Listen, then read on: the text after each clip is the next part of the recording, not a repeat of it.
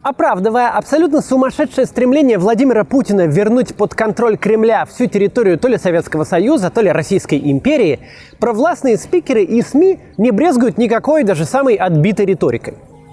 История и историческая правда, столь любимые Путиным, перекраиваются в итоге похлеще истории Океании у Оруэлла. 24 февраля Путин заявляет, что Украина – это государство, искусственно созданное Лениным. А сегодня из некоторых учебников уже собираются убрать термин «Киевская Русь». Так часто бывает в авторитарных режимах. Идея уровня конспирологических роликов на самых отбитых YouTube-каналах, абсолютно маргинальная идея с точки зрения науки, бодро становится мейнстримом. Если эта идея нужна, чтобы власти для политических целей что-то там ей объяснили. Есть в ряду всех этих странных историй и такая концепция, что, мол, украинский язык, а заодно еще и белорусский, либо не языки вовсе, а только диалекты русского, либо, ладно уж, самостоятельные языки, но от русского произошли. Возможно, произошли искусственно. Зампред Госдумы Петр Толстой еще 3 года назад заявлял: законом теперь устанавливается и свой искусственный язык, не имеющий даже литературной нормы на всей территории Украины. А теперь Маргарита Симонян и вовсе заявляет, что не отдаст украинский язык, который называет суржиком Зеленскому. Как будто тот действительно пытается что-то у нее отобрать. Давайте попробуем сегодня кратко разобраться, как и откуда произошли 3 наших языка – украинский, белорусский и русский. Что у них общего, а что разного. Почему украинцы и белорусы хорошо понимают друг друга, а еще поляков. А мы их языки практически не можем понять совсем. И есть ли хоть что-то правдивое в том, о чем пытается говорить пропаганда? Давайте разбираться.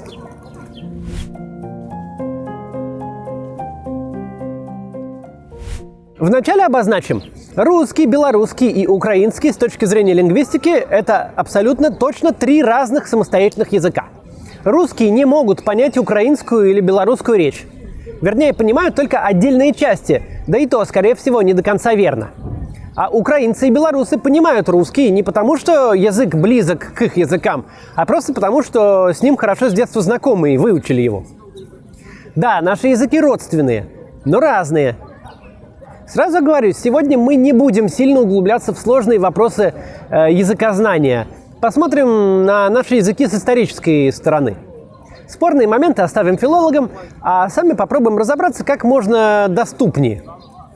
Так или иначе, примерно в 1-м тысячелетии до нашей эры славяне стали распространяться по обширным территориям Восточной Европы и вытеснять другие народы с их привычных мест, взаимодействуя с ними и заимствуя у них слова и понятия.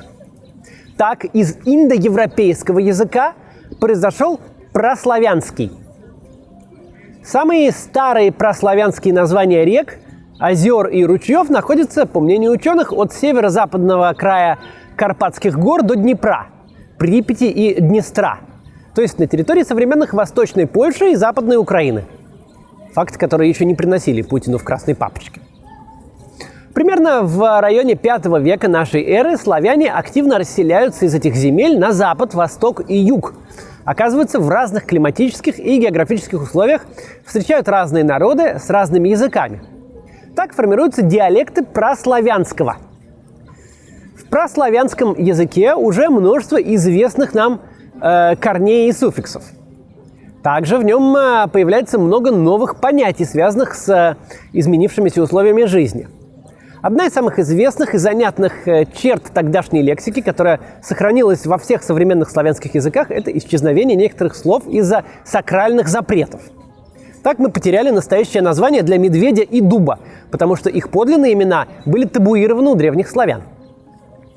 Еще в прославянском было двойственное число, которое потом исчезло практически везде. Ну, то есть, чтобы сказать, что у меня не 1 кот и не 5, а именно 2 кота, было отдельное слово. Примерно в 8 веке появляются первые славянские государства, и из диалектов прославянского получаются языки западных, южных и восточных славян. Вот эти. Но все эти народы еще несколько сотен лет смогут понимать друг друга без переводчиков. Западнославянские языки сейчас это польский, чешский и словацкий. Южнославянские языки в Болгарии, Македонии, бывшей Югославии, а восточнославянский, как несложно догадаться, это украинский, белорусский и русский. Плюс-минус тогда же, в 8-9 веках, появляется Древняя Русь. Общий язык для всех восточных славян в тот период принято называть древнерусским или общевосточнославянским. На древнерусском этом или общевосточнославянском говорили от Киева до Новгорода, от Галича до Владимира и прекрасно понимали друг друга. Тут надо сказать, что Новгород будет независим от остальной Руси еще довольно долго, и в нем сформируется свой диалект, который окажет серьезное влияние на русский язык. Следующий важный момент в истории наших языков – это, конечно, появление письменности. Изобрели ее, как всем известно со школы, Кирилл и Мефодий. Мы привыкли, что про них рассказывается в учебнике, но на Руси Кирилл и Мефодий никогда не были, и даже свой письменный язык сделали на основе не древнерусского, а на основе языка южных славян. Алфавит, созданный Кириллом и Мефодием, называется глаголица. Прочитать его буквы без подготовки невозможно. Но именно так выглядит первый славянский алфавит, на котором был записан первый перевод Библии с греческого на южнославянские языки. С этого момента появляется новый язык, который принято называть старославянским. Знакомую нам кириллицу придумают позже, причем, судя по всему, уже ученики того самого Кирилла. Буквы кириллицы ближе к греческим, а алфавит проще для усвоения. Именно кириллицей написаны старославянские христианские тексты. Тем временем в 988 году князь Владимир в Киеве крестит Русь. Старославянский становится основным письменным языком на Руси и с тех пор чаще называется церковнославянским, так как все первые тексты на нем религиозные. Ну и, конечно, такой удобный инструмент, как письменность, ненадолго останется собственностью церкви. Уже в XI веке кириллицей пишут законы, затем письма, договоры и мелкие записки. Из-за этого в церковнославянский попадет много разговорных слов из древнерусского и наоборот. Куча слов, которые мы используем каждый день, такие как «глава» или «враг», это слова из церковнославянского. То есть пришли к нам от южных славян. Много слов и корней в наш языке привнесла Золотая Орда, а тогдашний период раздробленности укреплял различия между диалектами общевосточнославянского языка. Но для нашего сегодняшнего разговора самые важные события начинаются позже, в XIV веке, когда территории современных Украины и Беларуси вошли в состав Великого княжества Литовского или Литовской Руси. До XIV века почти все говорящие на диалектах древнерусского языка понимали друг друга. Но после раздела восточнославянских земель на, как сказали бы сейчас, сферы влияния Руси Литовской и Руси Московской, украинский, белорусский и русский языки пошли разными дорогами. Оказавшись под властью Литвы, будущие украинцы и белорусы получили новый письменный язык – западнорусский, который появился, очень грубо говоря, путем выделения полесского, то есть белорусского диалекта из древнерусского языка. Западнорусский стал официальным письменным языком Великого княжества Литовского. Он развивался параллельно украинскому и белорусскому разговорным диалектам, влиял на них и заимствовал у них. То есть, еще раз, Литва подчиняет себе Беларусь и Украину, а потом делает их язык государственным. В 1569 году Великое княжество Литовское объединяется с королевством польским в новое государство – Речь Посполитую. Государственным языком становится польский, и в украинский с белорусским вливается поток польских заимствований. Это называется полонизация языков. Важно, что польский – это язык шляхты, то есть знати. И многие образованные люди Речи Посполитой, получается, используют два языка. Простую мову, то есть западнорусский, и, собственно, польский. Именно поэтому украинцы и белорусы до сих пор очень неплохо понимают поляков. В 1648 году на части украинских территорий вспыхивает восстание Богдана Хмельницкого, и вскоре образуется гетманщина, независимое от Польши объединение земель, подвластных гетману войска Запорожского. Вскоре гетманщина подпадет под протекторат Москвы, но это не останавливает полностью влияние польского на украинский язык. Такое положение украинского и белорусского языков сохранится до конца XVIII века, когда Речь Посполитая прекратит свое существование. То есть украинский и белорусский целых 400 лет существуют в отрыве от северо-восточных диалектов древнерусского. 4 века более чем достаточно, чтобы сформировался отдельный язык. Но тех, кто не признавал за украинским и белорусским самостоятельности, это не останавливало тогда, не останавливает и сейчас. В России тем временем происходят совсем другие исторические и языковые процессы. Москва с XIV века постепенно подчиняет себе все окружающие земли, обретает новых соседей и начинает заимствовать слова уже у них. Важнейшим моментом становится присоединение к Великому княжеству Московскому вечно непокорного Новгорода с его новгородским диалектом. Самый известный пример влияния новгородского диалекта – это чередование «рука» на «руце». Такие чередования сохранились в украинском и белорусском, а в русском под влиянием Новгорода стала «рука на руке». То есть там рука на руце, а тут рука на руке. Так наши языки стали еще чуть менее похожими. Затем в русский язык приходит множество заимствований из немецкого, латыни, голландского и польского. Петр I формирует новый письменный русский, и он уже гораздо больше похож на тот русский язык, на котором мы записываем этот ролик. Обратное сближение восточнославянских языков происходит после раздела Речи Посполитой в конце XVIII века. Украина, Беларусь и часть современной Польши переходят под контроль Российской империи, и официальным языком на этих территориях становится русский.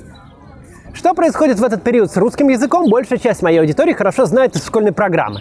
Ломоносов и его 3 штиля русского письменного языка, проза Пушкина, в которой фактически изобретается современный нам литературный русский. А вот для украинского и белорусского языков имперский период был куда более тяжелым. Русский не только оказывает сильнейшее влияние на оба языка, меняя их. Тогдашние российские власти не признают за белорусским и украинским языками самостоятельности и официально называют их белорусским и малорусским наречиями русского языка. Даже Тарас Шевченко вынужден опубликовать свой знаменитый украинский букварь под названием «Букварь южно-русский». Да, Гоголь своими вечерами на хуторе близ Диканьки и Миргородом привносит в русский и делает модными отдельные украинские слова и выражения. Но уже через пару десятков лет и на украинском, и на белорусском будет запрещено печатать газеты, журналы и все книги, кроме художественных. Да и национальную беллетристику по большей части будет зарезать цензура. Запрет относительно украинского языка введен Валуевским циркуляром, который был высочайше одобрен и выражал позицию российского правительства. Сам автор циркуляра, министр внутренних дел Российской империи Валуев, пишет: большинство малороссов сами весьма основательно доказывают, что никакого особенно малороссийского языка не было, нет и быть не может, и что наречие их, употребляемое простонародьем, есть тот же русский язык, испорченный влиянием на него Польши. Узнаете риторику? Просто вылитый Петр Толстой или, страшно сказать, депутат Госдумы Анатолий Вассерман, тоже любитель поговорить о том, что украинский язык придуман искусственно из русского и польского. И в этих искусственных границах теперь законом устанавливается и свой искусственный язык, не имеющий даже литературной нормы на всей территории Украины.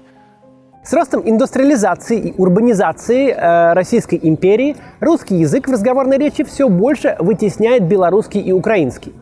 Ведь гораздо легче говорить на родном языке своими односельчанами, чем пытаться сохранить его в разговорах с начальством на фабрике или с покупателями или коллегами, которые твой язык не особенно понимают и учить не хотят. И вообще считают его забавным диалектом, как правительство сообщает.